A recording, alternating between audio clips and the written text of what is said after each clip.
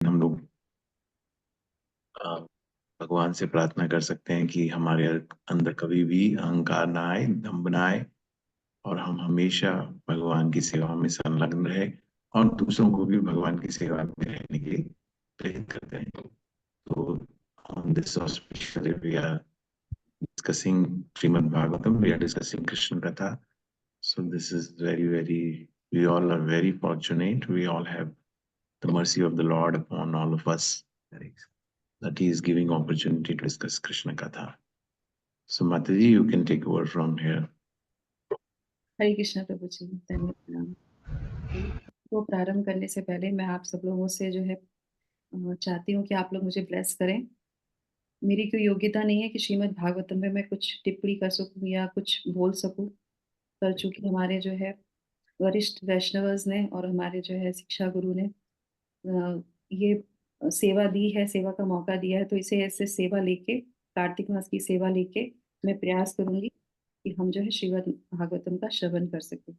तो जो भी इसमें तो त्रुटि हो उसके लिए क्षमा चाहते हैं पहले से ही, और आप लोगों से ब्लेसिंग चाहते हैं, इसलिए प्रार्थना, प्लीज मेरे लिए प्रार्थना कीजिएगा जिससे कि मुझसे कोई त्रुटि ना हो। वांछा कल्पतरुभ्यश्च कृपा सिंधुभ्य च पतितानां पावनेभ्यो वैष्णवेभ्यो नमो नमः। गोपी वैष्णव भक्तगण की जय। जगत गुरु शिला प्रभुपाद की जय। गुरु महाराज की जय। Hare Krishna. Thank you so much. तो आप सब लोगों को यहाँ पे उपस्थित देख के बहुत प्रसन्नता हो रही है, और आप सब लोगों को गोवर्धन जो है आज महोत्सव है गिरिराज जी का, जैसे कि प्रभु जी ने बताया, तो उसकी भी बहुत बहुत शुभकामनाएं। तो इस पावन तिथि पे हम श्रवण करेंगे श्रीमद् भागवतम। तो आज हम लोग श्रीमद् भागवतम का 8वां अध्याय लेने जा रहे हैं, और उससे पहले हम 7वें अध्याय के बारे में थोड़ा सा जानेंगे। ये थोड़ा सा जो है पुनरावृत्ति रहेगी। तो सबसे पहले भागवतम का प्रथम स्कंद। तो भागवतम का जो प्रथम स्कंद है उसमें श्रोता और वक्ता दोनों के बारे में बताया गया है। तो हम लोग उसमें देखते हैं कि किस तरह से सुखदेव गोस्वामी और परीक्षित महाराज का जो है जो श्रवणम और जो है उनका वक्तव्य के बारे में डिटेल में बताया गया है। पर इसके बाद जो द्वितीय स्कंद शुरू होता है, जो कि हम लोग अभी एक ये हमारी सीरीज चलती आ रही है, इसमें महत्वता दी गई है श्रवणम की, क्योंकि वो जब प्रश्न करते हैं कि कैसे ये जो है पूरी सुनने के बाद उनके अंदर और जिज्ञासा उत्पन्न होती है, तो फिर वो जो है जिज्ञासा करते हैं कि सुनने का। तो श्रीमद् भागवतम हमारे जो आचार्य हैं वो बताते हैं कि द्वितीय स्कंद जो श्रीमद् भागवतम का है वो श्रवणम क्या ही है। मतलब जैसे बोलते हैं कि साधना, हम किसी भक्ति मार्ग में जाते हैं तो साधना का पहला चरण क्या है? श्रवणम। तो द्वितीय स्कंद क्या है? साधन है, और साधन में भी पहला पायदान है जिसको हम बोलते हैं श्रवणम। तो ये पूरा स्कंद जो है, द्वितीय स्कंद श्रवणम के बारे में ज्यादा बताता है। तो और शुरू में ही वो बहुत ध्यान से सुनने के लिए बोलते हैं। तो सबसे पहले हमें क्या करना चाहिए? ध्यान से सुनना चाहिए, जैसे कि सुखदेव गोस्वामी वहां पे सुनते हैं। तो ये ऐसे प्रारंभ होता है। तो हम अभी प्रारंभ करेंगे जो हमने पिछला अध्याय लिया था 7वां, कि उसमें क्या था। तो उससे पहले थोड़ी सी प्रार्थना करेंगे अपने गुरुजनों से, शिला प्रभुपाद से, कि वो हमको ये दिव्य ज्ञान दें और जिससे कि हम इस पे थोड़ी सी टीका टिप्पणी कर सकें और कुछ जानने का प्रयास करें। ओम नमो भगवते वासुदेवाय। ओम नमो भगवते वासुदेवाय। ओम नमो भगवते वासुदेवाय। ओम अज्ञानतिमिरान्धस्य ज्ञानाञ्जनशलाकया चक्षुरुन्मीलितं येन तस्मै श्रीगुरुवे नमः। नमः ॐ विष्णुपादाय कृष्णपृष्ठाय भूतले श्रीमते भक्तिवेदान्त स्वामिन् इति नामिने। नमस्ते सारस्वते देवे गौरवाणी प्रचारिणे निर्विशेषा शून्यवादी यात देश तारिणे। जय श्री कृष्णा चैतन्य प्रभु नित्यानंदा, श्री अद्वैत गदाधर श्रीवासादि गौर भक्त वृंदा। हरे कृष्णा कृष्णा कृष्णा हरे हरे, हरे राम राम राम हरे हरे। जगत गुरु शिला प्रभुपाद की जय। ग्रंथ राज श्रीमद् भागवतम की जय। गुरु महाराज की जय। हरे कृष्ण। हरे कृष्णा। तो पिछले अध्याय में हमने देखा था, जो अध्याय 7वां था, कि उसमें क्या बताते हैं कि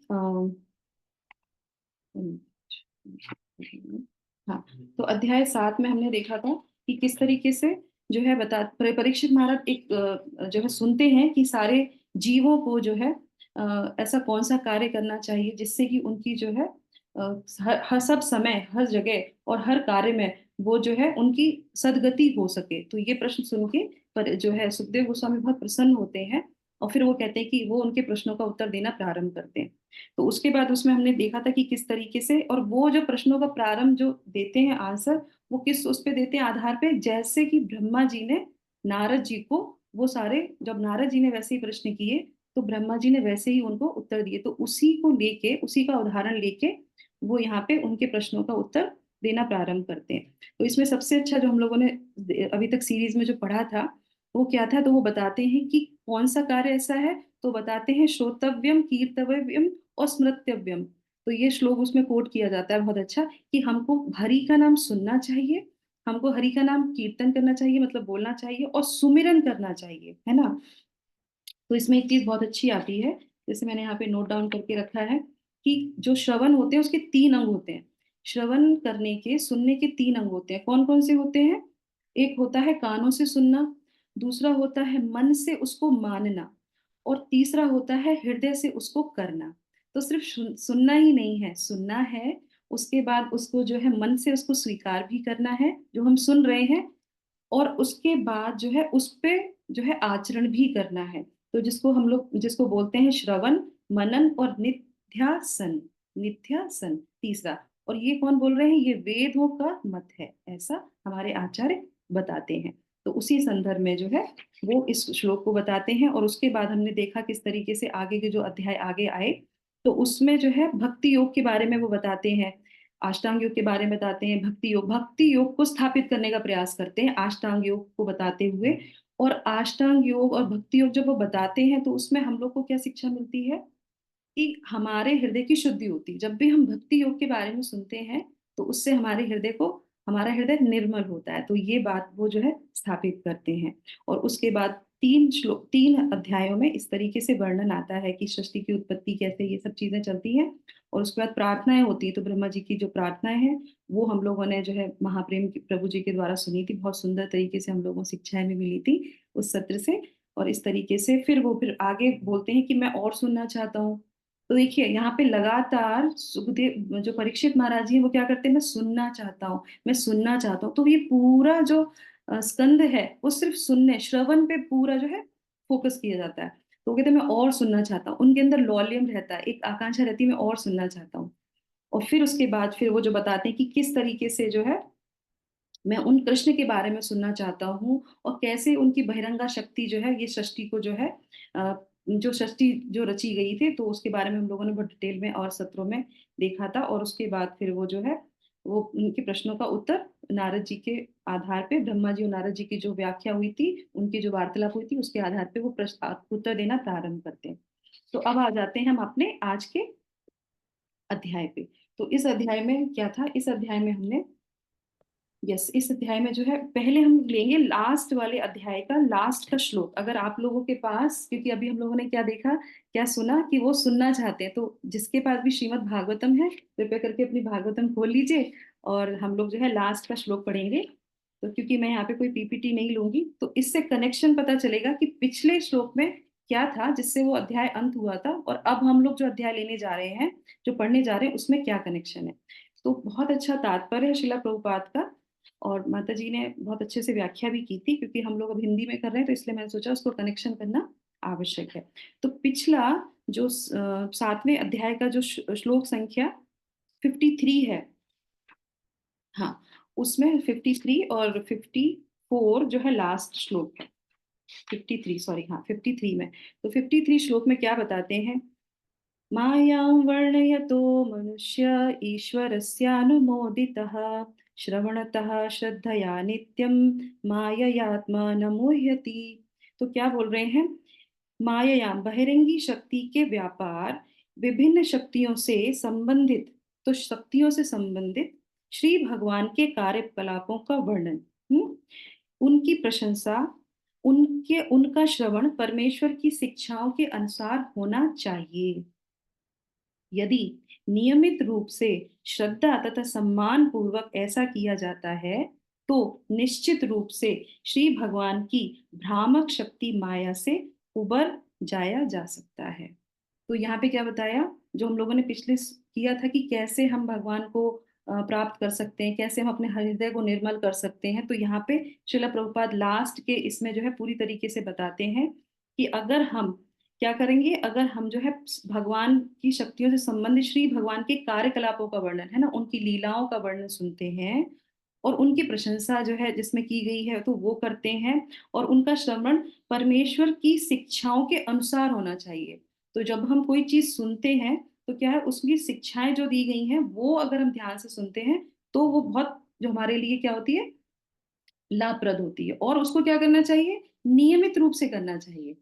तो क्या बोल रहे हैं, नित्यम, तो हम लोग श्रीमद् भागवतम में क्या बोलते हैं, मैंने श्लोक कोट नहीं किया, नित्यम भागवत सेवया, है ना। तो नित्यम रूप से हमको जो है श्रवण करना चाहिए, और उसके बाद जो है श्रद्धा से नियमित करना चाहिए और श्रद्धा से करना चाहिए, और उसके बाद सम्मान पूर्वक बहुत सम्मान से हमको श्रीमद् भागवतम का श्रवण करना चाहिए। और उसके बाद जो है, और अगर ऐसा कोई व्यक्ति करता है तो क्या होता है, निश्चित रूप से श्री भगवान की भ्रामक शक्ति माया से उबर जाता है। तो भ्रामक माया शक्ति क्या है, भ्रामक जो हम बिविल्डर हो जाते हैं, हम भटक जाते हैं, माया की शक्तियों पर पड़ जाते हैं। तो बहुत अच्छे से भगवान लास्ट के श्लोक में बताते हैं कि अगर नियमित रूप से करेंगे, भगवान के गुणगान सुनेंगे, श्रीमद् भागवतम का पारायण करेंगे, श्रद्धा से करेंगे, और जो है सम्मान पूर्वक करेंगे, तो क्या होगा, कभी भी हम माया के पास में नहीं बनेंगे। तो इस तरीके से इस श्लोक के साथ वो जो है इसको पूर्ण करते हैं। और शिला प्रभुपाद क्या बोलते हैं, श्रीमद् भागवतम को वैज्ञानिक प्रस्तुति के रूप में पढ़कर या सुनकर बद्ध जीव इंद्र तृप्ति पर आध्यात्मिक भ्रामक शक्ति माया से मुक्त होकर दिव्य ज्ञान के उच्च स्तर पर जो है उत्तरोत्तर उन्नत होंगे। तो जो बंधे हैं, माया में बंधे हैं, वो भी जो है क्या होंगे, वो ऊपर चले जाएंगे। तो इस तरीके से ये यहाँ पे पूर्ण हुआ। अब आ जाते हैं यहाँ पे परीक्षित महाराज जो प्रश्न करते हैं, ये जब बात सुनते हैं तो इसमें जो है ग्लोरीज बताते हैं वो किस तरीके से जो है। तो जब वो सुन रहे होते हैं ब्रह्मा जी और नारद जी के बारे में, तो वो पूरे भागवतम का जो है सार करके, जैसे मान लीजिए श्रीमद् भागवतम बताते हैं, तो उनके मन में इतनी उत्कंठा आती है कि मैं इसको विस्तार से सुनना चाहता हूँ, मुझे ना ये शॉर्ट में नहीं सुनना, इसको विस्तार से सुनना है। तो फिर वो कहते हैं मुझे विस्तार से सुनाइए, और उस विस्तार को सुनने के लिए फिर वो प्रश्न करते हैं कि मुझे क्या क्या सुनना है, उनकी जिज्ञासाएं आती हैं। तो इस तरीके से हमारा यहाँ पे प्रारंभ होता है श्रीमद् भागवत का द्वितीय स्कंद का 8वां अध्याय। तो अब हम इसमें देखेंगे कि अब यहाँ पे जो है सबसे पहले जो हम लोगों ने अभी लर्निंग ली थी, सबसे पहले तो यही है कि श्रवण जो हमें क्या करना चाहिए, जो है उत्सुकता से करना चाहिए उत्कंठा से होना चाहिए हमारे साथ, है ना। और यहाँ पे क्या है दूसरा, कि जो है राजा परीक्षित जो प्रश्न पूछते हैं, तो उसमें 1 से लेकर 6 तक जो शुरू के हमारा जो प्रश्नों की श्रृंखला रहेगी, तो उसमें जो है शुरुआत होती है राजो उवाचा। तो 1 से लेकर 6 तक में वो प्रश्न करते हैं, क्या करते हैं, उनकी महिमा के बारे में बताते हैं, और उनको जो है बोलने के लिए प्रेरित करते हैं कि आप भगवान की महिमा को और बताइए, प्रेरित करते हैं, स्वयं ही बोल के वो प्रेरित करते हैं कि मुझे सुनना है। तो क्या बोलते हैं, तो हम लोग जो है थोड़ा सा यहाँ पे श्लोका को जो है पढ़ेंगे। श्रीराज उवाच ब्रह्मणा चोदितो ब्रह्मन् गुणाख्याने गुणस्य च यस्मे यस्मे यथा प्राह नारदो देवदर्शन। राजा परीक्षित ने श्रील सुखदेव गोस्वामी से पूछा कि श्री नारद मुनि, जिनके श्रोता ब्रह्मा द्वारा उपदेशित श्रोता जितने ही भाग्यशाली हैं, उन्होंने किस प्रकार भौतिक गुणों से रहित श्री भगवान के दिव्य गुणों का वर्णन किया और किन किन के समक्ष बोले। तो कहाँ कहाँ के जाके उन्होंने प्रीचिंग करी, कहाँ कहाँ पे जाके ये बोला, तो ये सब मैं सुनना चाहता हूँ, और वो कितने भाग्यशाली हैं। तो इस तरीके से वो पूछते हैं यहाँ पे। उसके बाद द्वितीय श्लोक में क्या बोलते हैं, एतद् वेदितुम् इच्छामि त्वं त्वं विदां वर हरेर अद्भुत वीरस्य कथा लोका सुमंगला। तो बोलते राजा बोलते हैं यहाँ पे कि मैं जानने का इच्छुक हूँ अद्भुत शक्तियों से संपन्न श्री भगवान से संबंधित कथाएं निश्चित ही समस्त लोगों के जीवों के लिए शुभ हैं।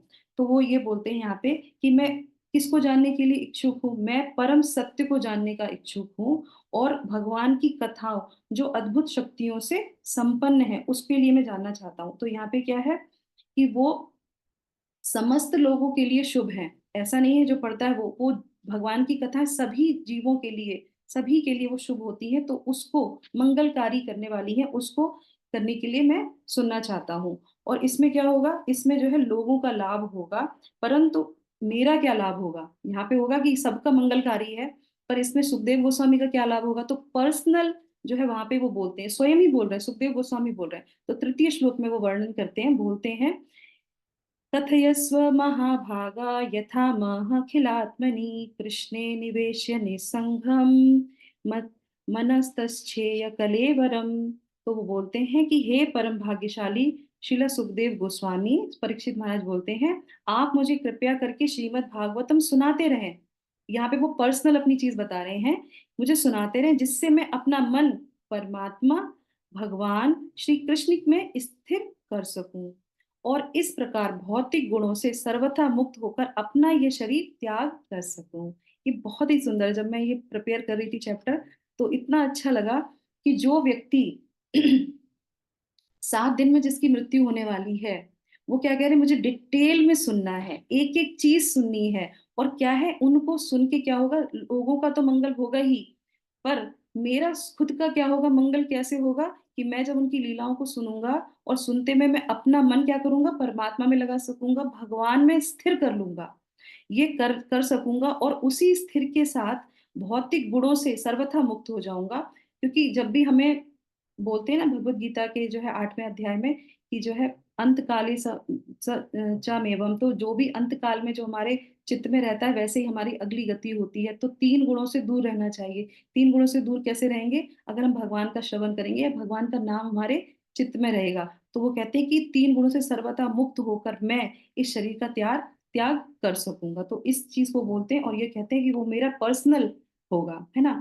तो वो ऐसे कथा सुनेंगे जिसमें मेरा मन भगवान में आसक्त हो सके। तो यहाँ पे जो है ये हो जाता है। उसके बाद फिर वो बोलते हैं कि लेकिन इस जो इसमें जो लोग बोल रहे हैं, तो उनके प्रयास से व्यक्ति का मन पवित्र हो जाता है, लेकिन भगवान की कथा सुनने मात्र से भगवान प्रकट हो जाते हैं। कैसे हो जाते हैं, तो ये चौथे श्लोक में जो है बताते हैं कि अगर हम भगवान की कथा सुनेंगे तो वो कैसे प्रकट होंगे हमारे उसमें। तो इसमें बताते हैं, श्रवणता श्रद्धया नित्यम गुणतक्ष स्वचेष्टितम कालेन नाति दीर्घेणा भगवान विशते हृदि। तो यहाँ पे बता रहे हैं, जो लोग नियमित रूप से श्रीमद् भागवतम सुनते हैं और इसे अत्यंत गंभीरता पूर्वक ग्रहण करते हैं। तो जैसे हम लोगों ने बताया था 3 खंड होते हैं सुनने के, तो हम लोग को जो है कानों से सुनना चाहिए और हृदय से उसको स्वीकार करना चाहिए।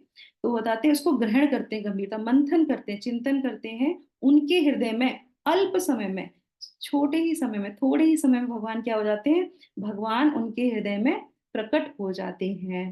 तो ये बात यहाँ पे श्रीमद् भागवतम में बोली जा रही है ना। श्रवण की इतनी अच्छी महिमा है कि हम इसमें एक लर्निंग भी हमारे लिए आती है, कि जब हम कोई भी कार्य नियमित रूप से करते हैं, ये जो हम पढ़ रहे हैं अभी जो है चैप्टर, तो इसमें जो है बीच बीच में लर्निंग आती रहेंगी, क्या क्या महिमा है वो भी आती रहेंगी। तो आप लोग थोड़ा ध्यान से सुनिएगा, मैंने यहाँ पे लिख रखा है, आप लोग अगर लिख लेंगे तो बहुत अच्छी बात है, नहीं तो मन से और हृदय से आप उसको अंदर ले लीजिएगा, है ना। तो कोई पीपीटी इस मेरे पास नहीं है जो हम उसको दोबारा से जो है देख सकें। तो यहाँ पे बहुत अच्छी जो है महिमा है, कि एक तो भगवान की जब हम करते हैं तो वो जो है सारे अमंगलों को दूर करती है, भगवान हमारे हृदय में प्रवेश होते हैं, ये तो महिमा है जो यहाँ पे श्रीमद् भागवतम में ही बोली जा रही है। दूसरा जो है हमारे लिए शिक्षा क्या है, हमारे लिए शिक्षा है, जब हम कोई भी कार्य नियमित रूप से करते हैं तो उसका स्थायी प्रभाव पड़ता है ना। तो हम लोग को जो है हिज ग्रेस प्रेमदादा प्रभु जी क्या कहते हैं, आप लोग सब लोग आइए श्रीमद् भागवतम के सत्र में। तो हम लोगों ने श्रीमद् भागवतम में आना प्रारंभ कर दिया, भगवान की कृपा से, गुरु की कृपा से एक स्कंद पूरा कर लिया, द्वितीय स्कंद पे आ गए। तो ये क्या है, ये हमारा नित्यम है, सामूहिक रूप से हम लोग आके नियमित रूप से ये करते हैं। तो ये क्या है, जब हम नियमित रूप से कोई चीज पढ़ेंगे सुनेंगे तो वो स्थायी प्रभाव देगा, है ना। और उसके बाद जो है इसका क्या है, कोई और करे ना करे, हमको करना है, ये चीज हमें दृढ़ता से लेनी चाहिए। क्यों? क्योंकि ये बात हमारे शास्त्र कह रहे हैं कि नियमित रूप से अगर हम कोई कार्य करेंगे उसका प्रभाव होगा ही होगा। हमारे अंदर हमेशा एक प्रश्न रहता है, अरे क्यों हमारे दिल से, हमारे हृदय से ये अशुद्धियां नहीं जा रही? क्योंकि हम अपनी नियमित साधना अच्छे से नहीं करते हैं, जिसमें शिला प्रभुपाद ने क्या बताया कि नियमित रूप से उठ के मंगला आरती करिए, जपा कीजिए और नियमित रूप से श्रवण कीजिए, नियमित रूप से जो है इसका जो है अध्ययन कीजिए। इससे संबंधित मुझे एक याद आ रहा है शिला प्रभुपाद का पास टाइम। शिला प्रभुपाद जो है अपने डिसाइपल के सामने होते हैं, बैठे होते हैं, और वो जो है उनकी कक्षा चल रही होती है। तो उनके जो है वो अपने एक भक्त से देखते हैं उनको, उनकी तरफ बोलते हैं कि are you studying my books? तो वो बोलता है, हाँ Srila Prabhupada, yes, per day regularly I am reading your books. Srila Prabhupada शांत हो जाते हैं। फिर वो थोड़ी देर में फिर वो कहते हैं, are you studying my books? वो कहते हैं, yes Srila Prabhupada, I am reading your books. फिर तीसरी बार में शिला प्रभुपाद और गुस्से में बोलते हैं, I am saying are you studying my books? वो कहते हैं, Srila Prabhupada, yes yes yes I am reading your books. तो क्या फर्क हुआ? शिला प्रभुपाद कह रहे थे are you studying my books, और वो कह रहे थे कि yes I am reading your books. तो शिला प्रभुपाद ने कभी नहीं कहा कि मेरी किताबों को रीड करो, उन्होंने कहा है मेरी किताबों को स्टडी करो, अध्ययन करो। पढ़ना नहीं है, सिर्फ पठन नहीं करना है, अध्ययन करना है। पठन में और अध्ययन में अंतर होता है, रीडिंग एंड स्टडिंग में डिफरेंस है, ये हमारे शिला प्रभुपाद ने हमको बताया। तो हम जो श्रीमद् भागवतम पढ़ते हैं, पढ़ना नहीं है कि जैसे हमारे प्रभु जी हमें हमेशा बोलते हैं, नहीं आज 2 श्लोक पढ़ लिए बस हो गया, 2 श्लोक पढ़ लिए नहीं हो गया, नहीं ऐसे नहीं करना है। तो 1 श्लोक पढ़ना है, 2 श्लोक पढ़ना है, और सामूहिक रूप से पढ़ेंगे तो बहुत ही अच्छा है। पढ़ने के साथ साथ चिंतन करना है, मनन करना है, क्या लर्निंग हमने आज उसमें ली, तो उसके लिए तो ये बहुत अच्छा है। जब मैं पढ़ रही थी तो इतना अच्छा है कि हाँ अगर पढ़ेंगे तो स्थायी रूप से हृदय साफ हो जाएगा ना, भगवान आ ही जाएंगे ना। तो इस बात पे हमें क्या होना चाहिए, जो है श्रद्धा होनी चाहिए, निष्ठा होनी चाहिए कि हाँ होता ही है ऐसा। ठीक है, तो इसके बाद ये जब होता है तो यहाँ पे भगवान और महिमा क्या है कि भगवान प्रकट होते हैं, यहाँ पे कंफर्म कर रहे हैं भगवान प्रकट होते हैं। तो ये क्या है, ये लाभ है, हमको लाभ मिलता है, भगवान स्वयं प्रकट हो जाते हैं हमारे हृदय में, हैं ऑलरेडी। पर क्या है, माया के कारण और कल्मश के कारण समझ में नहीं आते, पर वो कहते हैं हम प्रकट होते हैं, पर सिर्फ सुनने से। इसके बाद आ जाते हैं 5वें श्लोक पे। तो 5वें श्लोक में क्या बोलते हैं वो, कि भगवान कानों से भक्तों के भाव कमल में प्रवेश करते हैं। जो हमारा भाव है, कमल रूपी भाव है, और उसमें भगवान प्रवेश करते हैं कानों के द्वारा। बोल कौन रहे हैं? बोल तो रहे हैं जो है सुखदेव गोस्वामी, पर प्रकट कौन हो रहा है? भगवान प्रकट हो रहे हैं ये है इसमें। और सारे शत्रुओं की जो धूली जो जमी हुई है हमारे हृदय में, उसको वो क्या करते हैं, अंदर सफाई करने लगते हैं। और उसके बाद ऐसे होता है जैसे कि शरद ऋतु में समस्त गंदे तालाब शुद्ध हो जाते हैं। यहाँ पे उन्होंने ये नहीं बोला कि एक छोटा सा कुंड साफ हो जाता है, नहीं, तालाब, अगाध जो है जो है समुद्र, जो गंदा पानी है, जो अथाह है, बहुत सारा है, वो सब साफ हो जाता है। जैसे शरद ऋतु में गंदा तालाब साफ हो जाता है, इस तरीके से यहाँ पे बोल रहे हैं। इसमें शिला प्रभुपाद तात्पर्य में बहुत अच्छा लिखते हैं। क्या बोलते हैं वो, अ, एक पहली लाइन में बोलते हैं, तात्पर्य में बोलते हैं, कहा जाता है कि श्री भगवान का एक अकेला शुद्ध भक्त संसार के समस्त पतित जीवों को उभार सकता है। अतः जिसे श्री नारद मुनि या श्रीला सुखदेव गोस्वामी जैसे शुद्ध भक्त का विश्वास प्राप्त है, और जो अपने गुरु से शक्ति प्राप्त करता है, जिस प्रकार नारद मुनि ने ब्रह्मा से प्राप्त की, वह न केवल स्वयं को माया के चंगुल से छुड़ा सकता है, वरन अपनी शुद्ध तथा शक्ति संपन्न भक्ति की शक्ति से सारे संसार को उबार सकता है। तो ये बहुत अच्छा शिला प्रभुपाद उसमें बताते हैं। आप ये पढ़िएगा, अध्ययन जब करेंगे श्रीमद् भागवतम का तो आपको पता चलेगा कि कोई भी प्रश्न, कोई भी श्लोक हो, सबका आंसर शिला प्रभुपाद ने पहले ही दे दिया है। अब इसका जो है आंसर बहुत आगे के घंटों में मिलेगा जो ये प्रश्न कर रहे हैं, पर शिला प्रभुपाद अपने तात्पर्य में सबका आंसर दे रहे हैं कि ये कैसे होगा, ये कैसे होगा। तो यहाँ पे हमको क्या मिली, यहाँ पे हमको जो है लर्निंग मिलती है कि भगवान के जो शुद्ध भक्त होते हैं, अगर हम उनसे सुनते सुनते हैं तो क्या होता है, तो भगवान कर्ण रंध्रों से अंदर जाते हैं। अगर अभक्त से सुनेंगे तभी क्या बोलते हैं, मायावादी कृष्ण अपराधी। आप अगर मायावादी से सुनेंगे तो क्या होगा अपराध ही करेंगे। श्रील प्रभुपाद हमेशा बोलते थे किसी और से नहीं सुनना है। और हम इतने सौभाग्यशाली हैं कि हमारा ये जो परंपरा है ब्रह्म गौड़ीय वैष्णव संप्रदाय, इतने अच्छे आचार्य हैं, इतने अच्छे इसमें हैं, इतने अच्छे हम उनकी टिप्पणियां सुन सकते हैं, उनके जो है ग्रंथों को पढ़ सकते हैं। श्रील प्रभुपाद इतने सुंदर तरीके से, सरल तरीके से हमको समझाया है कि हमें किसी और को सुनने की आवश्यकता ही नहीं है। और जितना वो बताते हैं तात्पर्य में बस उतना ही पर्याप्त है, क्योंकि उससे ज्यादा हमारे पास बुद्धि है नहीं। तो ये बहुत अच्छा सा जो है यहाँ पे हमको शिक्षा मिलती है ना। और उसके बाद फिर जो है, और यहाँ पे महिमा क्या है कि वो जो है सारे कलमश को धो जो है साफ कर देते हैं। तो महिमा में सफाई हो जाती है, भगवान प्रकट हो जाते हैं। और लर्निंग में क्या है, क्या है लर्निंग में, कि हमको जो है शुद्ध भक्त से सुनना चाहिए। अब आ जाते हैं छठे श्लोक पे। छठे श्लोक में क्या बोलते हैं कि धोतात्मा पुरुषा कृष्ण पादा मूलम न मुच्यति मुक्ता सर्व परिक्लेशा पांथा स्वशरणम यथा। तो श्री भगवान का शुद्ध भक्त, जिसका हृदय एक बार भक्तिमय सेवा द्वारा स्वच्छ हो चुका होता है, वो भगवान श्री कृष्ण के चरण कमलों का कभी भी परित्याग नहीं करता। वह भगवान श्री कृष्ण के नहीं करता, क्योंकि उसे श्री भगवान वैसे ही परम दृष्टि तुष्टि देते हैं जैसा कि कष्टकारी यात्रा के पश्चात पथिक को अपने घर में प्राप्त होती है। तो क्या बोल रहे हैं यहाँ पे, यहाँ पे वो बोल रहे हैं कि यहाँ पे सबसे अच्छा क्या है कि वो जो व्यक्ति सुनता है, जिसके हृदय में परमात्मा जो है प्रकट होते हैं, धूली दूर हो जाती है। और उसके बाद फिर वो क्या होता है, वो कभी भी भगवान को नहीं त्यागता किसी भी परिस्थिति में। वो यहाँ पे सबसे बड़ी चीज यहाँ पे बताई, वो कभी भी श्री कृष्ण के कमलों को नहीं छोड़ता। तो इसी तरीके से हमारे लिए बहुत अच्छी लर्निंग है यहाँ पे।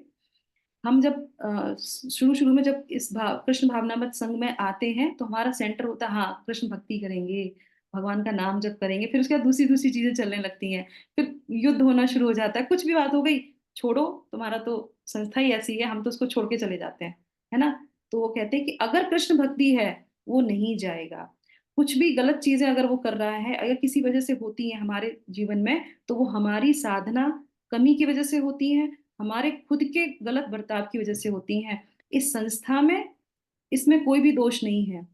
इस संस्था में दोष नहीं, यहाँ के आचार्य में दोष नहीं, इस परंपरा में कोई दोष नहीं है, इसके शास्त्रों में कोई दोष नहीं है। शास्त्रों में लिखा है जो शुद्ध भक्त होगा, जिसने प्रकट किया होगा भगवान को, वो कभी भी जो है इस चीज को, इस बात को छोड़ेगा नहीं। और जो छोड़ के जाते हैं, वहां पे वो पूर्णता नहीं आती है। तो हमारे लिए बहुत अच्छी लर्निंग है कि हमको पहले अपने आप को शुद्ध करना है, उसके बाद ये देखना है कि हाँ, कि हम आगे किसी को बोल सकते नहीं, तो छोटी मोटी चीजों में हम उसको छोड़ के चले जाएंगे और दूसरे पे आरोपण देने लगेंगे। उसके बाद आ जाते हैं सातवें श्लोक पे। तो यहाँ पे जो है ये पूर्ण हो जाता है कि वो किस तरीके से प्रोत्साहित करते हैं कि आप बोलिए भगवान के बारे में। और उसके बाद जो है 7 से लेके 23 श्लोका तक, 7 से लेके 23 श्लोका तक, 23 श्लोकों तक जो है, अब वो करेंगे प्रश्न। अभी तक प्रश्न नहीं किए थे, अभी तक सिर्फ उन्होंने प्रोत्साहित किया था कि मुझे आप बोलिए, इनके बारे में बोलिए, मुझे इनके बारे में सुनना है। तो यहाँ पे जो है अब आ जाते हैं जो है एक 7वें श्लोक में क्या बोलते हैं। यस। तो यहाँ पे पहला प्रश्न क्या था, शुरू में उन्होंने एक प्रश्न किया था। कोई बता सकता है कि पहला प्रश्न क्या किया था उन्होंने। तो पहला प्रश्न ये था, फिर से मैं बता देती हूँ, कि उन्होंने बोला था कि जो आपने सुना था, जो ब्रह्मा जी ने नारद जी को षष्ठी के बारे में, पूरे ये भागवतम के बारे में जो कथा सुनाई थी, तो वो संक्षिप्त रूप में मुझे नहीं सुननी है, मुझे विस्तार रूप में इसके बारे में सुनना है। पहला प्रश्न। यहाँ से आ जाते हैं दूसरे प्रश्न पे। तो यहाँ से श्रृंखला शुरू होती है प्रश्नों की।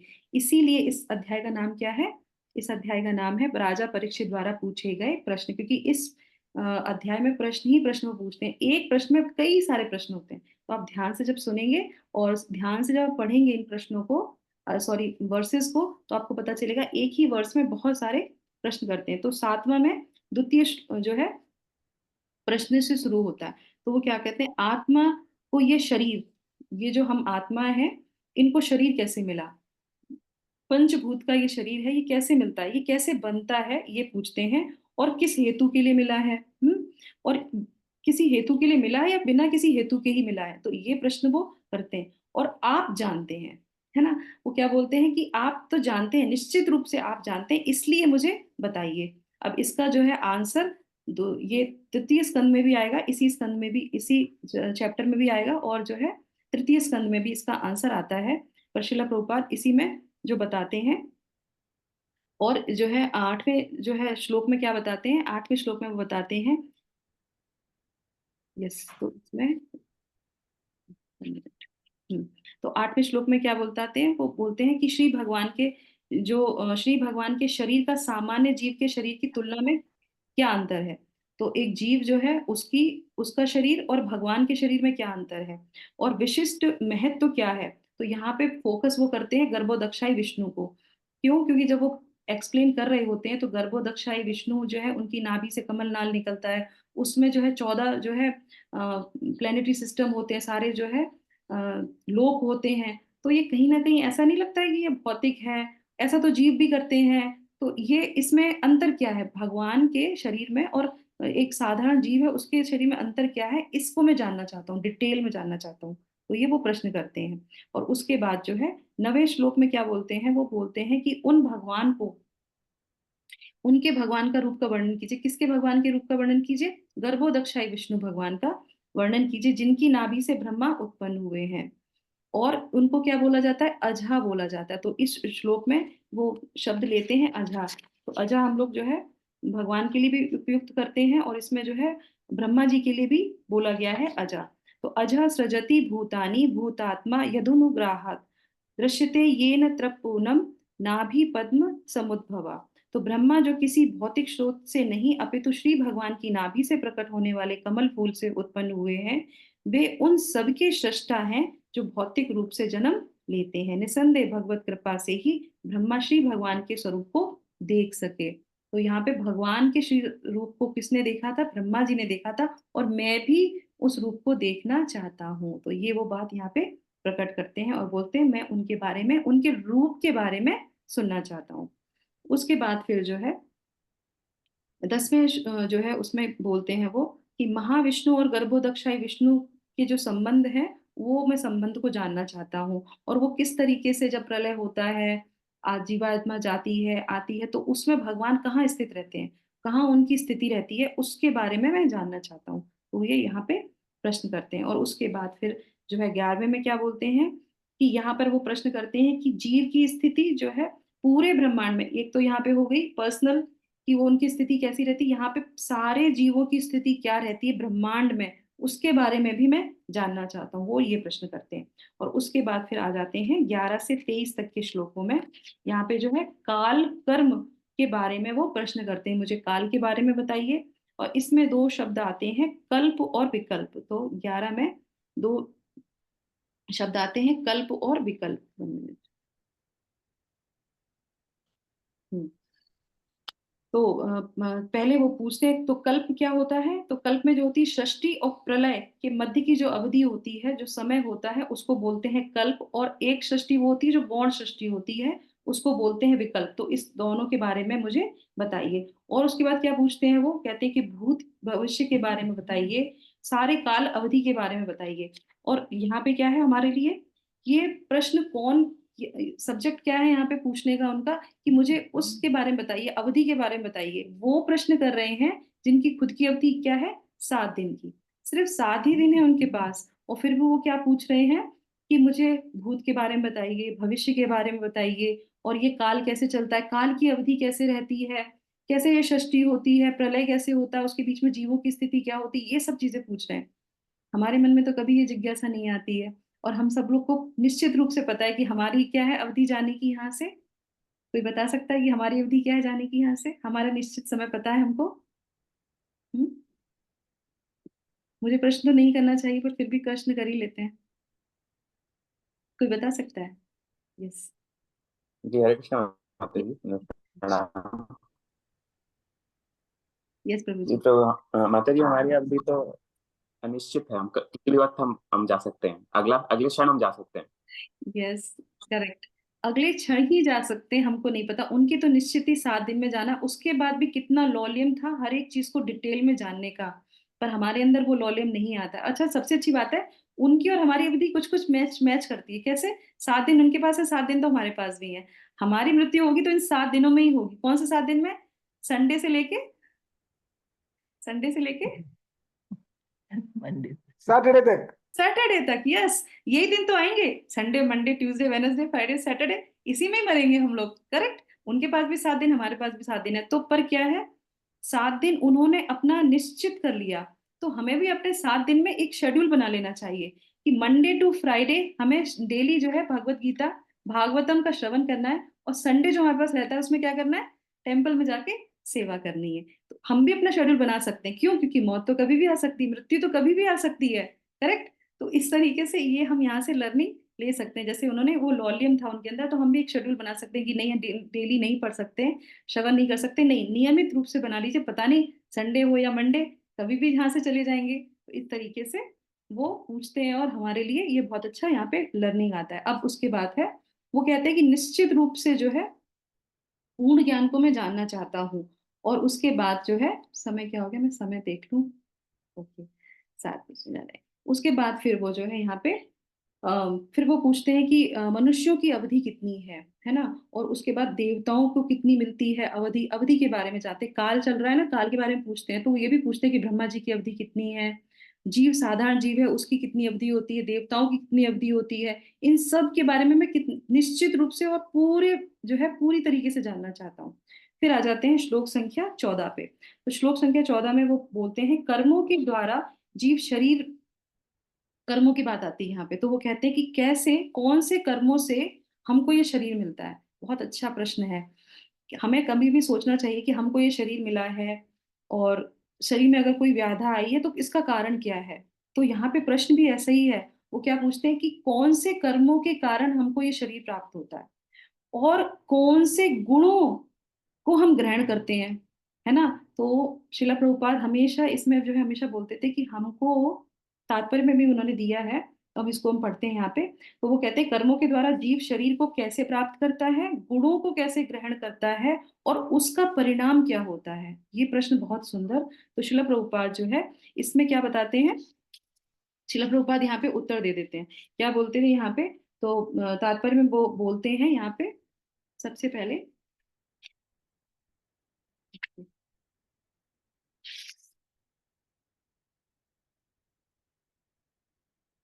हाँ यहाँ पे बोलते हैं भगवत गीता के 9वें अध्याय के 25वें श्लोक के कथन के अनुसार जो लोग उच्चतर ग्रहों में जाने के लिए अपने आप को योग्य बनाते हैं वे वहां पहुंच सकते हैं। इसी प्रकार जो पितृलोक को जाना चाहते हैं वे वहां जा सकते हैं। ठीक इसी प्रकार इस पृथ्वी पर रहकर जो अपनी दशा को सुधारना चाहते हैं, ये आ गया हमारे लिए लर्निंग, क्या, कि जो लोग अपना जीवन सुधारना चाहते हैं, अब तो हमको जन्म भी मिल गया, शरीर भी मिल गया, ये पृथ्वी मिल गई, और गुण भी मिल चुके हैं ऑलरेडी, तो अभी हम कैसे अपने आप को सुधारेंगे। तो शिला प्रभुपाद यहाँ पे हमको बताते हैं, वो बोलते हैं कि सुधारना चाहते हैं वे ऐसे कर सकते हैं कि वो जो लोग जो है श्री भगवान के धाम वापस जाना चाहते हैं, उसमें लीन रहना चाहते हैं, वो क्या करें, सत्व गुण में संपन्न किए जाने वाले समस्त कर्म सामान्यतः भक्ति युक्त शुद्ध शुभ कर्म यानी कि भक्ति युक्त ज्ञान का अनुशीलन करना चाहिए, जिसको बोलते हैं भक्ति युक्त योग। और अंत में सत्व गुण में अन्य सभी प्रकार के मिश्रण से वो जो है शुद्ध, जो है बिना किसी मिश्रण के वो शुद्ध हो जाते हैं। तो हमारे लिए यहाँ पे सबसे अच्छी लर्निंग क्या है कि अगर हम देवताओं की पूजा करेंगे देवलोक चले जाएंगे, पितरों की पूजा करेंगे तो पितृलोक चले जाएंगे। तो इसे ध्यान रखना चाहिए कि हमको किसकी पूजा करनी है। हमको पहले ही गोल सेट कर दिया इस परंपरा ने कि हमारा गोल क्या है, भगवान के धाम जाना। तो हमें सिर्फ और सिर्फ श्री कृष्ण की पूजा करनी चाहिए, उन्हीं का ही चिंतन करना चाहिए। और सबसे बड़ी चीज क्या है जो शिला प्रभुपाद यहाँ पे बताते हैं कि हमको जो है सतोगुण में रहना चाहिए। सतोगुण में कैसे रहेंगे, शिला प्रभुपाद जब जा रहे थे, जब उनका इस धराधाम पे जब लीला खत्म हो रही थी, पूर्ण कर रहे थे वो यहाँ पे, तो वो लास्ट में क्या बोलते हैं, सतोगुण में रहो और नियमित रूप से मंगला आरती अटेंड करो। सतोगुण में रहो, क्यों, क्योंकि अगर आप लोग रजोगुण और तमोगुण में रहोगे तो पतन हो जाएगा आपका, इसलिए हमेशा सतोगुण में रहने का प्रयास करो। सतोगुण में रहने का प्रयास कैसे कर सकते हैं, उसके लिए विधि बताइए। साधन विधि क्या है, मंगला आरती अटेंड करना, सुबह सुबह जपा करना, भक्तों का संग करना।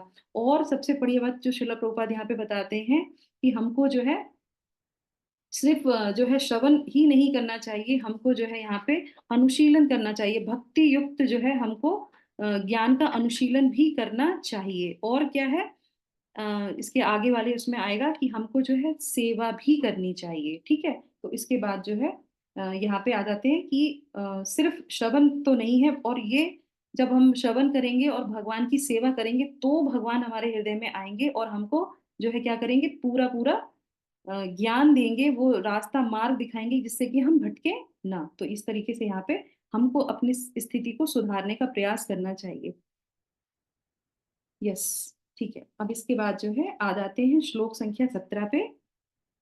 15 के बाद सीधे 17 पे आएंगे। 17 में वो क्या बोलते हैं, युगानि युगमानं च धर्मो यश्च युगे युगे अवतारानो चरितम यदा आश्चर्यतम हरे। तो यहाँ पे वो बोलते हैं कि मैं जानना चाहता हूँ कि कृपया करके मुझे सृष्टि के काल के विभिन्न युगों के बारे में बताइए और सबकी अवधियों का वर्णन कीजिए।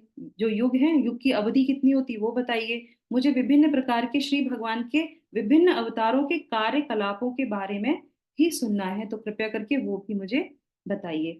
तो और उसके बाद फिर जो है युग अवतार के बारे में बताते हैं। तो यहाँ पे छोटा सा जो है हमारे लिए क्या है, युग अवतार हम किस में है, कलयुग में है। और युग अवतार क्या है, कलयुग का युगावतार किसको बोला जाता है कलयुग का? चैतन्य महाप्रभु माता जी। चैतन्य महाप्रभु। और हमारे लिए उन्होंने क्या धर्म दिया है, योगा धर्म क्या दिया है, हरे कृष्ण? संकीर्तन। कृष्ण संकीर्तन। यस, तो उन्होंने बोला है संकीर्तन। तो मनुष्य का, अब इसके आगे का जो श्लोक है उसमें बोलते हैं वो मनुष्य का साधारण धर्म क्या है, एक धर्म, और विशेष जो है वो कौन से धर्म है, राज ऋषियों के लिए कौन से धर्म है। तो हमारे लिए क्या शिक्षा यहाँ पे आती है कि जो चैतन्य महाप्रभु आए हैं और हम उनकी परंपरा में हैं, चैतन्य महाप्रभु की परंपरा में युग धर्म के तो जो संस्थापक आचार्य हैं और जो भगवान स्वयं यहाँ पे आए हैं, उन्होंने हरे कृष्ण महामंत्र दिया है हमारे लिए। युग धर्म का जो है कर्म क्या है, हरे कृष्ण का मंत्र करना। तो यहाँ पे आ जाता है हरि नाम, है ना। तो हरि नाम लेने से क्या हो जाता है, लोग बोलते हैं कि आप कितने समय से हरि नाम ले रहे हैं, फिर भी जो है हम उदास हैं, हमारे साथ हमें जो है ये परेशानी होती, वो परेशानी होती। पर यहाँ पे बोल रहे हैं, अब हम इसको यहाँ पे 18वें श्लोक में बताते हैं, नृणाम साधारणा धर्मा सविशेष या दश श्रेणी नाम राज ऋषिनाम च धर्म कश्चित जीवताम। और उसके बाद जो है 20 वाले श्लोक में क्या बताते हैं कि महान योगियों के ऐश्वर्य क्या है और उनकी अंतिम गति क्या है, पूर्ण योगी किस प्रकार सूक्ष्म शरीर से विरक्त होता है, और इस इतिहास की शाखाओं तथा पूरक पुराणों सहित वैदिक साहित्य का मूलभूत ज्ञान क्या है। तो इसमें जो है भगवान यहाँ पे बताते हैं कि हम लोग को जो हरि नाम हम लोग जो लेते हैं, और सभी के लिए, राज ऋषियों के लिए, सबके लिए ये बताया जाता है कि उनके धर्म, जो उनका जो है युग धर्म है, उसको उन्हें लेना चाहिए। तो हमारे हरि नाम है, जब हम हरि नाम लेते हैं तो भगवान हृदय में प्रविष्ट होके हमारे हृदय को प्रसन्न करते हैं, हमको प्रसन्नता मिलती ही है। मान लीजिए अगर आप 16 माला 16 साल से कर रहे हैं और फिर भी आपको प्रसन्नता नहीं मिल रही, तो उसमें हरि नाम या युग धर्म किसकी गलती है, युग धर्म की गलती है या हरि नाम की गलती, किसकी गलती है? उसमें सिर्फ हमारी ही गलती है, क्योंकि हमने हरि नाम अच्छे से नहीं लिया। अगर हम अच्छे से हरि नाम लेते हैं, तभी श्रील प्रभुपाद क्या बोलते हैं, chant Hare Krishna and be happy. अगर हम हरि कृष्ण मंत्र करेंगे तो हम निश्चित रूप से प्रसन्न होंगे ही होंगे, इसमें कोई दोहरा है ही नहीं। क्यों? क्योंकि युग धर्म है, ये स्वयं भगवान आके हमको दे के जाते हैं, पर हम नहीं करते, इसलिए हम जो है अप्रसन्न रहते हैं। तो ये हमारे लिए यहाँ पे जो है महिमा क्या है कि हमको जो है हरि नाम मिला है इस कलयुग में, और लर्निंग क्या है कि हमको अच्छी तरीके से हरि नाम को करना चाहिए। और अगर हम ऐसे करते हैं तो अगर हम प्रसन्न रहेंगे, हम हमेशा कीर्तनिया सदा हरि, इस तरीके से प्रसन्न रह सकते हैं। उसके बाद आ जाते हैं यहाँ पे कि युग धर्म, हाँ, और युग धर्म, जो युग धर्म होता है वो ऐसा होता है, स्थापित होता है। अगर वो होता ही होता है, मतलब उसको आप फॉलो करेंगे तो वो अपना प्रभाव देगा ही देगा। तो यहाँ पे मैंने एग्जाम्पल के लिए लिखा है, थोड़ा मटेरियली एग्जाम्पल है यहाँ पे भौतिक, कि जैसे मान लीजिए पोटेशियम साइनाइड होता है। पोटेशियम साइनाइड का इफेक्ट पता है क्या होता है, हरे कृष्णा कोई बता सकता है? किसी ने चखा नहीं होगा डेफिनेटली, पर सुना जरूर होगा। पोटेशियम साइनाइड से क्या होता है? मृत्यु। मृत्यु। यस, मृत्यु ही होती है। तो ये क्या है, ये स्थायी है, ऐसा करने से होता ही होता है। सूर्य निकलेगा तो प्रकाश मिलेगा ही मिलेगा, ऊर्जा मिलेगी ही मिलेगी। पानी बरसेगा तो हम भीगेंगे भीगेंगे, ये बिल्कुल सत्य है, इसको कोई चेंज नहीं कर सकता। क्यों?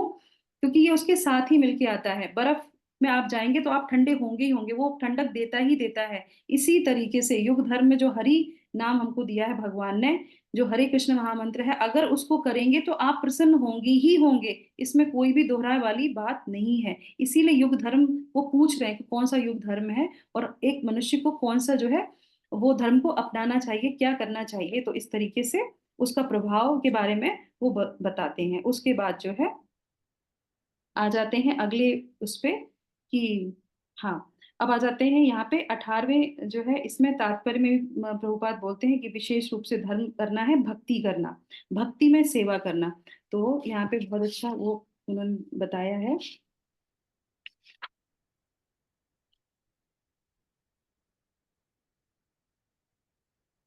श्लोक संख्या 20, इसमें मुझे दिख नहीं रहा अभी। यहाँ पे शिला प्रभुपाद जो है इस पे बोलते हैं कि क्या कहते हैं कि एक ही लाइन में वो पहले बता देते हैं कि श्लोक संख्या 18 में, यस, सॉरी मुझे यहाँ पे दिखाई नहीं देता।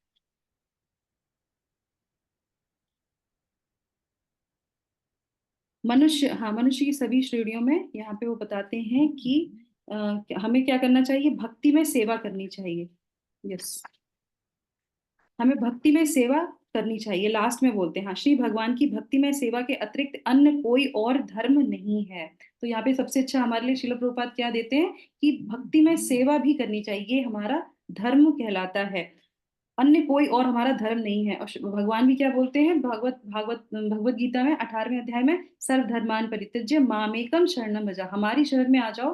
तो शरण में आने का मतलब क्या है, भगवान के लिए सेवा करना, सिर्फ सुनना और जो है मंथन करना, उसके बाद फिर कोई कार्य नहीं करना। तो वो क्या हो जाता है, कभी कभी हम देखते हैं हरि नाम लेते हैं और हमारे जब सीनियर्स, हमारे जब शिक्षा गुरु हैं, वो कहते हैं कि आइए आप सेवा करिए आके, तो क्या होता है, हम कहते हैं नहीं, हम तो जो है ये सेवा नहीं कर सकते, हमको ये सेवा पसंद नहीं है। नहीं, सेवा का अर्थ क्या होता है, सेवा के दो अर्थ होते हैं। एक सेवा वो जो हमें वरिष्ठ लोग देते हैं, एक सेवा वो जो हम स्वयं ले लेते हैं, है ना, दो अंतर हो गए। एक सेवा जो हमारे वरिष्ठ हमको देते हैं कि, और हमेशा जो है जो सीनियर्स होते हैं वो हमारी सेवा हमको तभी देते हैं हमारी योग्यता के अनुसार, कभी वो ऐसे नहीं देते, वो सोच समझ के आपकी योग्यता के अनुसार आपको सेवा देंगे। पर हमको, क्योंकि हम क्या है, तीन गुणों में बंधन में बंधे हैं, तो हम अपने हिसाब से सोचते हैं नहीं हमारे लिए सही नहीं है, हमारे लिए तो वो सेवा ज्यादा अच्छी है।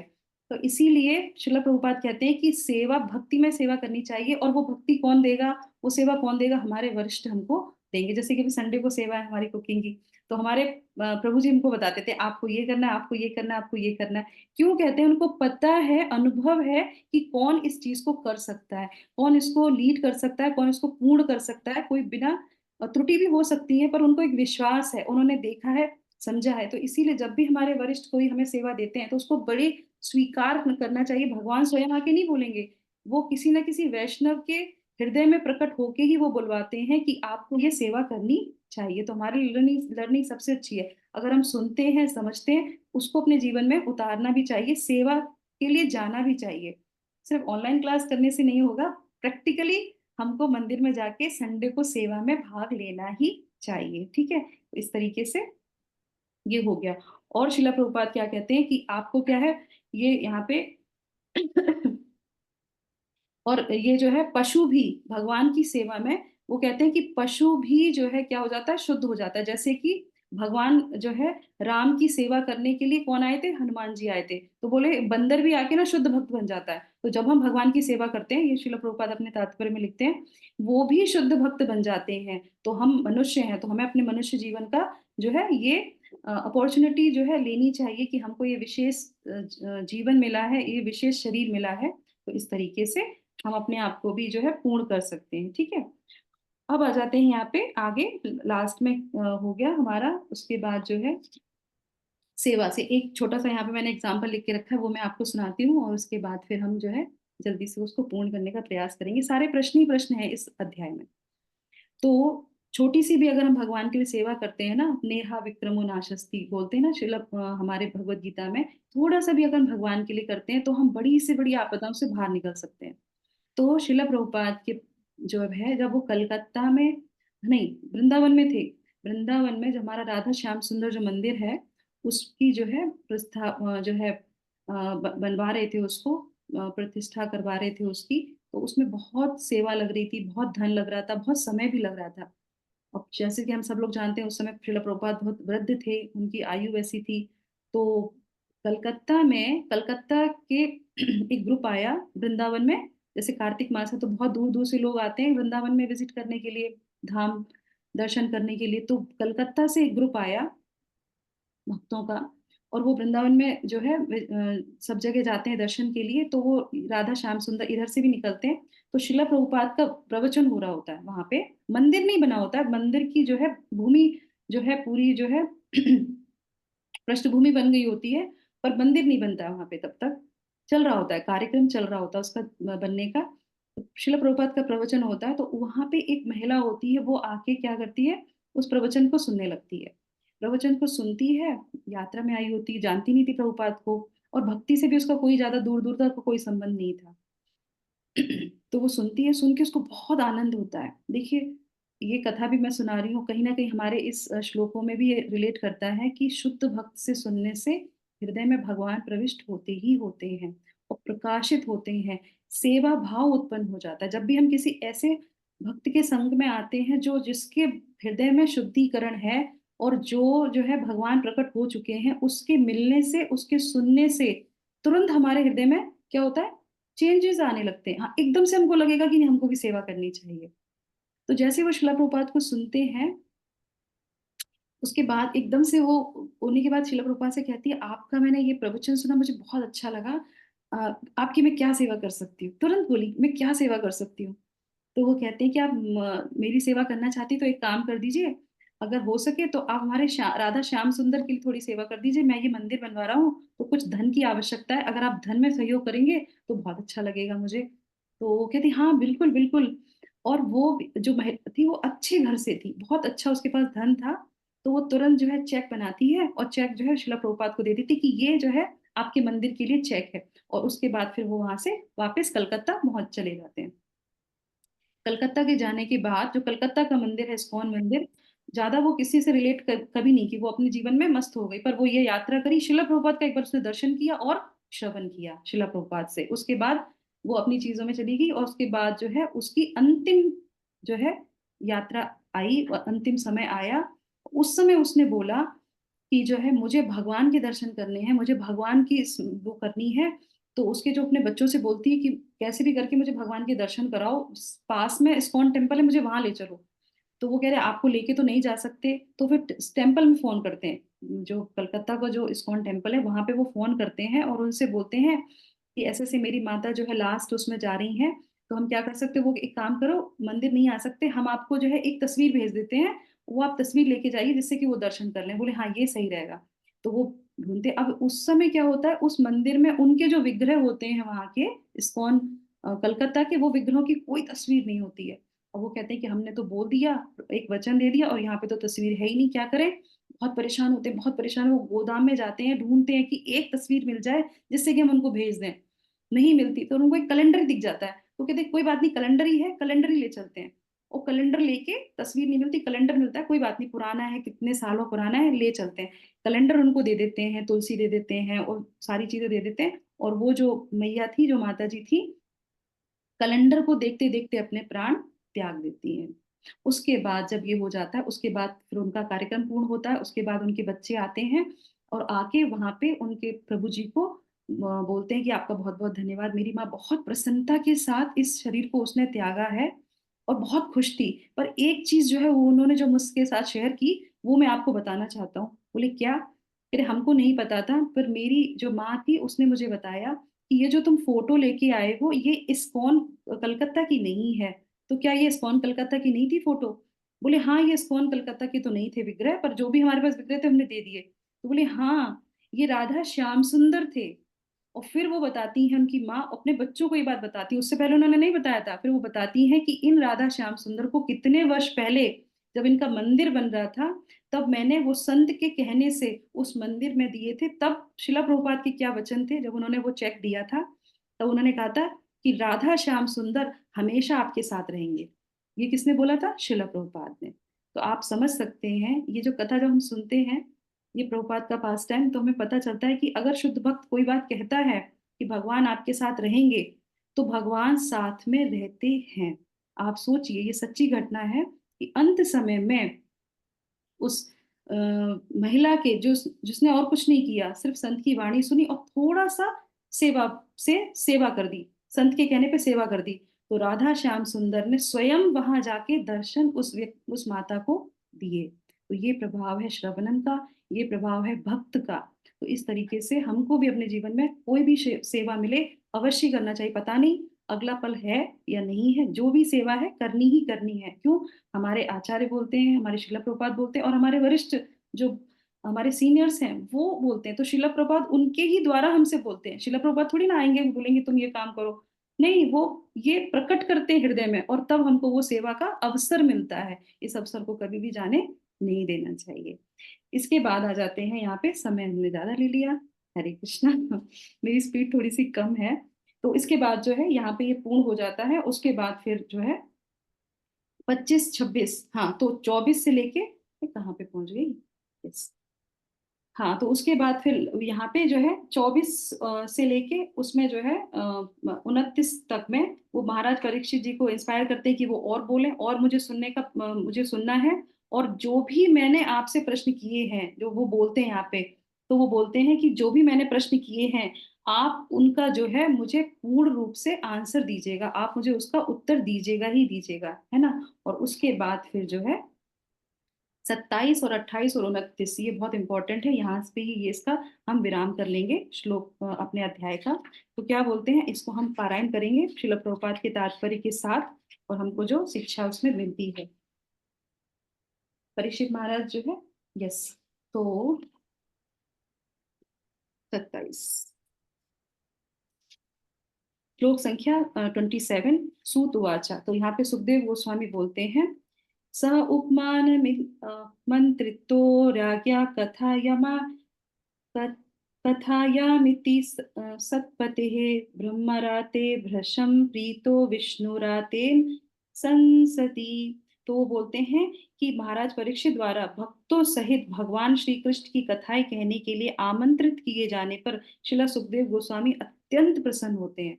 तो यहाँ पे बहुत अच्छी लर्निंग है कि जब कोई प्रश्न करता है, इतनी अच्छी तरह से उत्सुकता दिखाता है कि मुझे और सुनना है, डिटेल में सुनना है, तो जो वक्ता होता है उसको भी बहुत प्रसन्नता मिलती है कि इतना अच्छा बोल रहे हैं, इतना अच्छा सुन रहे हैं, हमारे हृदय में कुछ ना कुछ, हमें कुछ ज्ञान मिल रहा है, कुछ करने की अनुभूति हो रही है, तो मैं भी बोलना चाहता हूँ।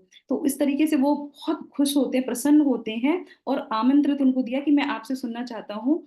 और क्या है यहाँ पे, तो श्रीला प्रभुपाद जो है यहाँ पे तात्पर्य में लिखते हैं कि श्रीमद् भागवतम श्रीमद् भागवतम श्रीमद् भगवद गीता का जो है स्नातोत्तर जो है अध्ययन है, उससे उच्चतर का जो है अध्ययन है, उसकी व्याख्या श्रील सुखदेव गोस्वामी तथा महाराज परीक्षित जैसे विद्वानों तथा भक्तों के बीच में हो सकती है, अन्यथा अमृत का वास्तविक स्वाद नहीं चखा जा सकता।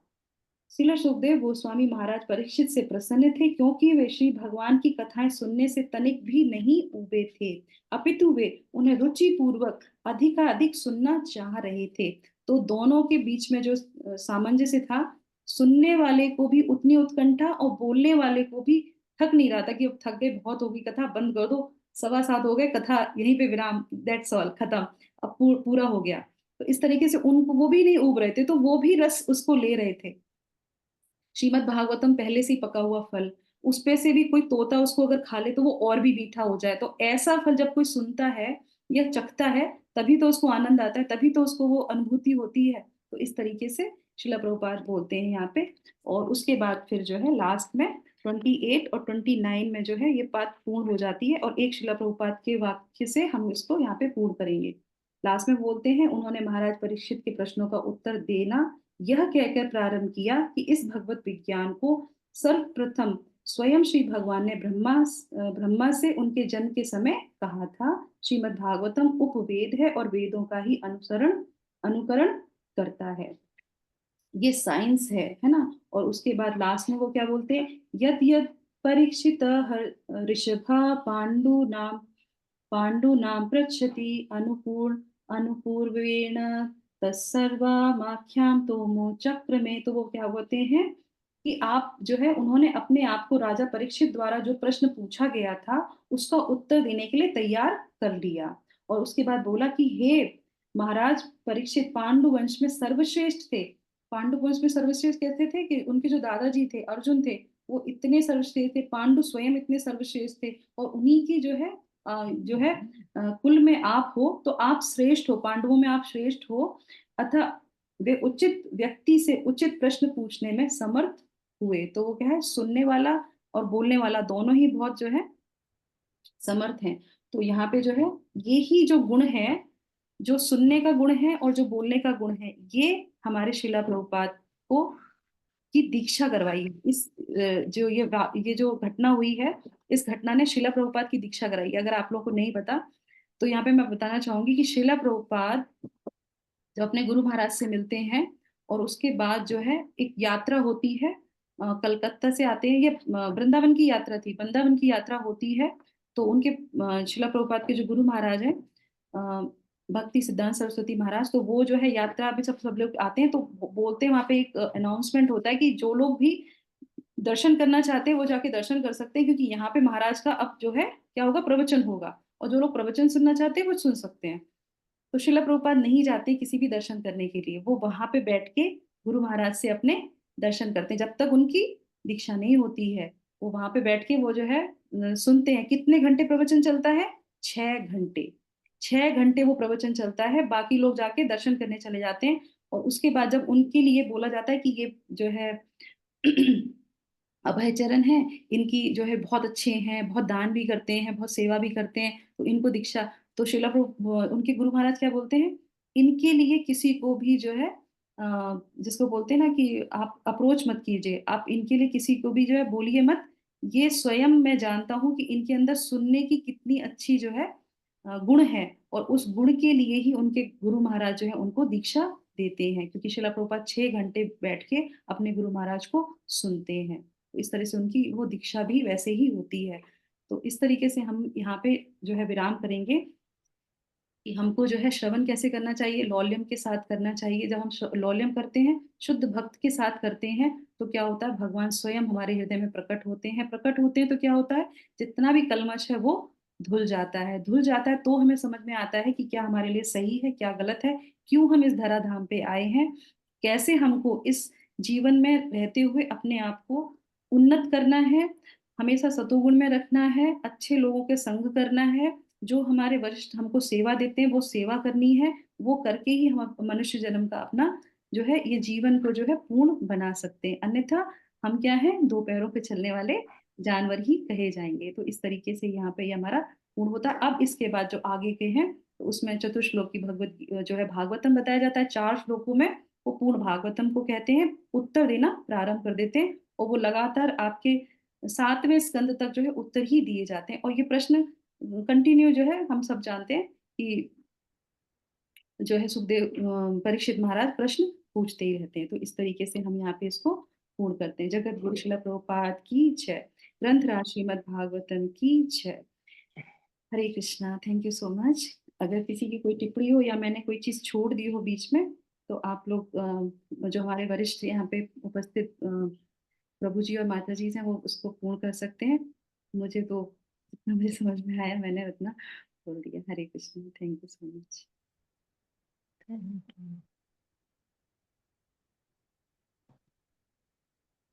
Thank you so much Mata ji, Mata ji, for a wonderful session. आपने अच्छे से जो है पूरे चैप्टर को एक्सप्लेन किया, और जो हमारे श्रवण का जो इम्पोर्टेंस है, क्योंकि भक्ति जो है वो श्रवण से ही जो है हम अपनी भक्ति को सस्टेन कर सकते हैं, स्टेबल कर सकते हैं। तो आपने बहुत ही अच्छे प्रभुपाद के जीवन से उदाहरण देके हमको ये समझाया कि श्रवण कितना इम्पोर्टेंट है। Thank you so much Mata ji for your wonderful session. Anybody has any question और कमेंट्स? हरे कृष्णा माता जी, हरे कृष्णा प्रभु जी। माता जी बहुत ही सुंदर सेशन था। पूरा हमको समझ में आया, क्योंकि हमें आपको सुनने की आदत है, इसलिए शायद। और दूसरी बात है कि माता जी, जब आपने ये कथा हमें सुनाई श्रील प्रभुपाद और कलकत्ता की महिला की, तो पूरा मेरा गूज बम्प्स मुझे लगता है सभी के आए होंगे। वो बहुत ही सुंदर घटना थी कि अंत समय में प्रभुपाद ने तब उनको एक बेनेडिक्शन दिया कि ये होगा, और वो अंत समय में उनको दर्शन उन्हीं विग्रह के हुए। माता जी, वो कथा बहुत अच्छी लगी, और श्रवणम का डेफिनेटली बहुत सुंदर आपने हमें जो शिक्षा दी वो बहुत सुंदर थी। Thank you so much Mata ji, wonderful session. Hare Krishna Mata ji. All glories to Prabhupada. गुरु प्रभुपाद के डिसाइपल्स, तो जो भी मैंने प्रभुपाद के डिसाइपल से और अपने वरिष्ठ आचार्यों से, गुरुओं से सीखा, मैंने वो ही बताया। मुझे भी ये प्रभुपाद के जो जीवन से जो हम सुनते हैं उससे बहुत इंस्पिरेशन मिलता है। मुझे लगता है कि जो भागवतम मुझे नहीं समझ में आता, भगवत गीता मुझे नहीं समझ में आती, पर मुझे भक्तों के चरित्र, शिला प्रभुपाद के चरित्र से मुझे बहुत समझ में आता है, और उससे ही मैं थोड़ा सा मनन कर पाती हूँ कि मैं पढ़ सकूं। सिर्फ और सिर्फ शिला प्रभुपाद के जीवन चरित्र को पढ़ने से ही मुझे एक मेरा हृदय शुद्ध होता है। ये मेरा अपना खुद का अनुभव है। तो मैं हमेशा जब भी टाइम मिलता है तो शिला प्रभुपाद की जीवनी जरूर पढ़ती हूँ, उनके बारे में जरूर सुनती हूँ। श्रवणम में भी मुझे ज्यादा जो है गुरु के बारे में सुनना बहुत अच्छा लगता है। और हमारे हल्दर स्वामी महाराज, अगर आप उनको सुनेंगे, आप लोग जितने भी सुना होगा, वो अगर आप उनको एक बार सुन लेंगे ना, तो आपको लगेगा कि अभी अभी हम जाके इस परंपरा में जुड़ जाएं। इतनी विशेष परंपरा है। अगर किसी ने नहीं सुना है, हिंदी सुन सकते हैं, तो कृपया करके जरूर हल्दर महाराज को सुनिए। आपको लगेगा कि किस परंपरा से जुड़े हम। इतना गुमान जिसको बोलते हैं ना, अभिमान जो होता है, जो सत्य अभिमान है, वो हमारे अंदर आता है। और ये इतना ग्लोरियस है, इतने अच्छे हमारे गुरु परंपरा है। वो वो ग्लोरी जो उनके मुख से हम सुनते हैं तो बहुत अच्छा लगता है। तो प्रभु जी, छोटा सा ये कथा हम कर सकते हैं क्या गिरिराज जी की? अगर समय है तो 10 मिनट, 5 मिनट का। वैसे तो टाइम पूरा हो गया, मैंने पूरा ही ले लिया श्रीमद् भागवत। 7:25 हो गए. यस, नहीं है तो फिर कोई बात नहीं, हम इसको विराम कर Because it will become longer, so दें। then everybody may have their own engagements. Yes, Today evening we have temple program for those who are in Bangalore. Please do visit temple. Program is at 5 o'clock onward, or 4:30, whatever onwards. So there would be nice katha. So whatever I have to, extremely sorry, Mataji, I'm telling you not to talk about Krishna. But those who want to hear, please come to the temple today evening and hear the katha about Giriraj Govardhan today. And then we'll have Giriraj Aarti as well as Parikrama and Prasadam. So everything is there. Program is a little early today, just to facilitate so that more people can come. So please do attend today's program in temple. And tomorrow there is our kitchen cooking seva. As Mataji said, that's through seva only we can realize Lord.